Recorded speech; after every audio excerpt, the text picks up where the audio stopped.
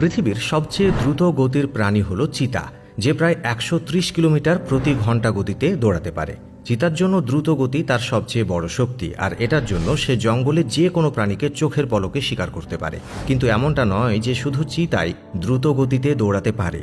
আজকের ভিডিওতে আমরা আপনাদের এমন কিছু পশু দেখাতে চলেছি যারা দৌড়ানোর দিক থেকে গতির রাজা চিতাকেও টক্কর দিতে পারে। তো চলুন শুরু করা যাক। বর্তমান সময়ে যদি সবচেয়ে দ্রুত গতির কোনো প্রাণী থাকে তার নাম হলো চিতা।